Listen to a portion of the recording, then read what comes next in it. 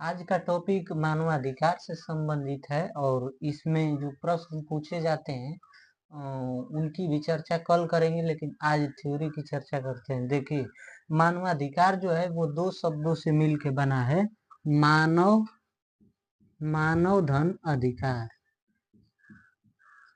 अधिकार तो देखिए, दोनों को जब जोड़ेंगे आपस में तो क्या बन जाएगा? मानवाधिकार। मानवाधिकार। और मानवाधिकार में अगर संधि पूछ लिया जाए हिंदी में तो देखिए, यहाँ से अ निकलेगा, ठीक है ना, और यहाँ से अ है पहले ही, तो यहाँ आ बन रहा है, ठीक है ना। तो अ और आ हो गया तो दीर्घ संधि हो जाएगी, दीर्घ संधि। तो ये तो हुआ मानवाधिकार का, मतलब कि अलग अलग शब्दों में कैसे विभक्त हुआ। अब देखिए, जैसे कि मानवाधिकार किसे कहते हैं, तो मानव को जो जन्म से अधिकार मिले तो उसी को हम लोग क्या कहते हैं, तो मानवाधिकार कहते हैं। तो देखिए, जैसे कि मानव होने के नाते हम लोगों को जो अधिकार प्राप्त होते हैं उसी को मानवाधिकार कहते हैं, और ये जन्म से ही प्राप्त हो जाते हैं। और नेल्सन मंडेला का जो कथन है, ये भी कई एग्जामों में पूछा गया है कि लोगों को उनके मानवाधिकार से वंचित करना उनकी मानवता को चुनौती देने जैसा है। और नेल्सन मंडेला के बारे में कुछ बता देते हैं। तो अफ्रीका के गांधी किसे कहते हैं, तो नेल्सन मंडेला जी को कहते हैं। भारत में तो गांधी जी को कहते हैं। देखिए, और नेल्सन मंडेला को और डॉक्टर भीमराव अंबेडकर को एक साथ क्या मिला था, तो भारत रत्न मिला था। कब? तो 1990 में मिला था, तो ध्यान रखिएगा। और नेल्सन मंडेला दिवस कब मनाया जाता है, तो 18 जुलाई को मनाया जाता है। 18 जुलाई को ही गौरव सर जी का भी जयंती है, जन्म दिवस है, ठीक है ना। देखिए, मानवाधिकारों का सार्वभौमिक, जिसको यूडीएचआर कहते हैं, यूएन महासभा द्वारा 10 दिसंबर 1948 को अपनाया गया था, ठीक है ना। 10 दिसंबर 1948। तो देखिए, 10 दिसंबर है 1948 को यूएन महासभा द्वारा इस सार्वभौमिक घोषणा के तहत अपनाया गया था, ठीक है ना। तो इसलिए हम लोग 10 दिसंबर को क्या मनाते हैं, तो 10 दिसंबर को हम लोग मनाते हैं मानवाधिकार दिवस।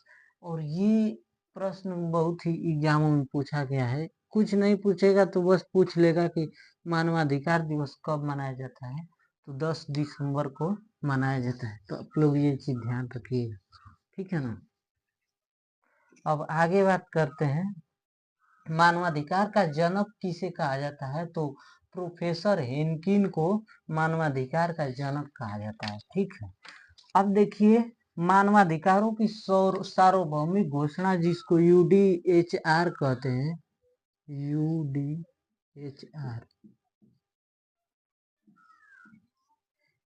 इसके तहत कितने अनुच्छेद शामिल हैं, तो अनुच्छेदों की संख्या 30 है।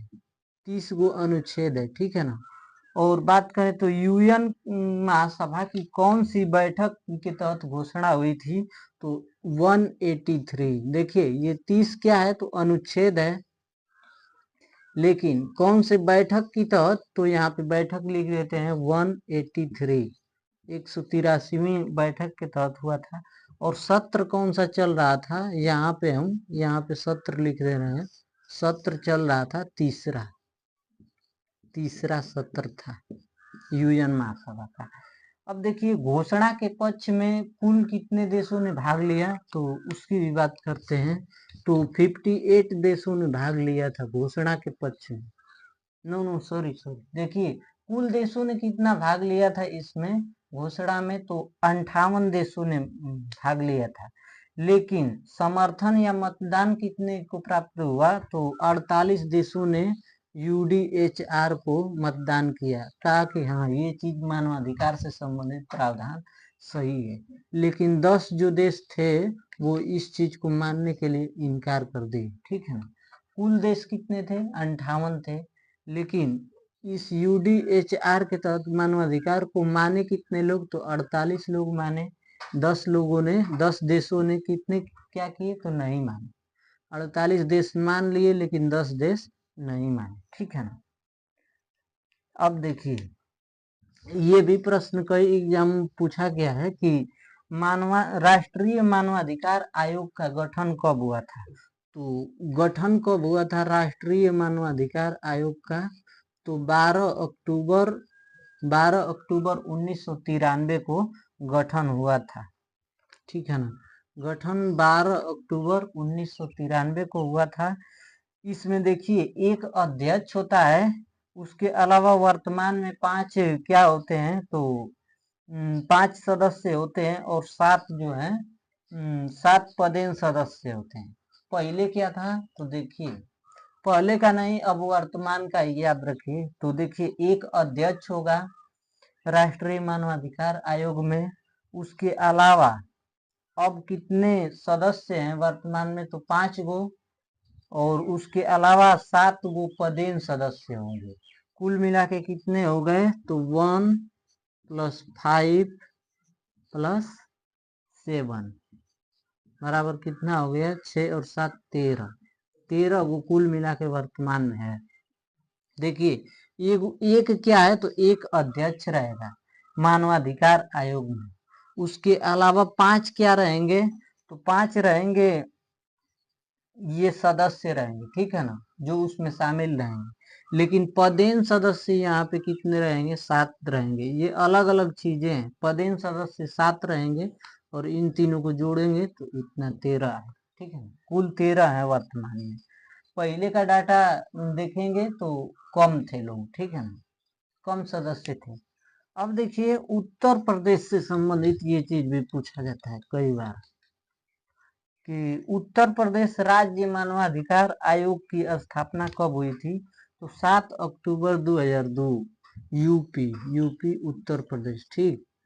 उत्तर प्रदेश राज्य मानवाधिकार आयोग का स्थापना कब हुआ था, तो 7 अक्टूबर 2002 को हुआ था। अब देखिए इसका मुख्यालय कहाँ है, जो उत्तर प्रदेश का मानवाधिकार आयोग है, तो इसकी राजधानी में इसका मुख्यालय है। और यूपी की राजधानी कहाँ पे है, तो लखनऊ में। तो लखनऊ में इसका मुख्यालय है यूपी वाले का, ठीक है ना। अब देखिए 2006 में राष्ट्रीय मानवाधिकार आयोग के साथ क्या किया गया था, तो ये भी देख लीजिए, यहाँ से भी आता है, कई बार हम लोगों से गलती भी हो जाता है यहाँ पे। तो 2006 में संयुक्त राष्ट्र मानवाधिकार आयोग का नाम बदलकर मानवाधिकार परिषद कर दिया गया था। देखिए जब 1993 में स्थापना हुआ था तो इसका क्या नाम था, इसका नाम था मानवाधिकार आयोग, राष्ट्रीय मानवाधिकार आयोग था, ठीक है ना।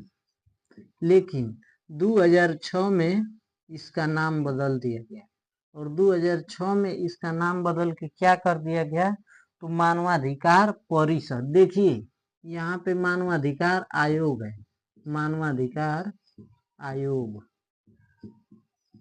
और यहाँ पे क्या हो गया, तो मानवाधिकार परिषद हो गया, परिषद। तो इतना चीज ध्यान रखिएगा, ठीक है ना। कल क्वेश्चन कराएंगे जो 30 क्वेश्चन महत्वपूर्ण होंगे,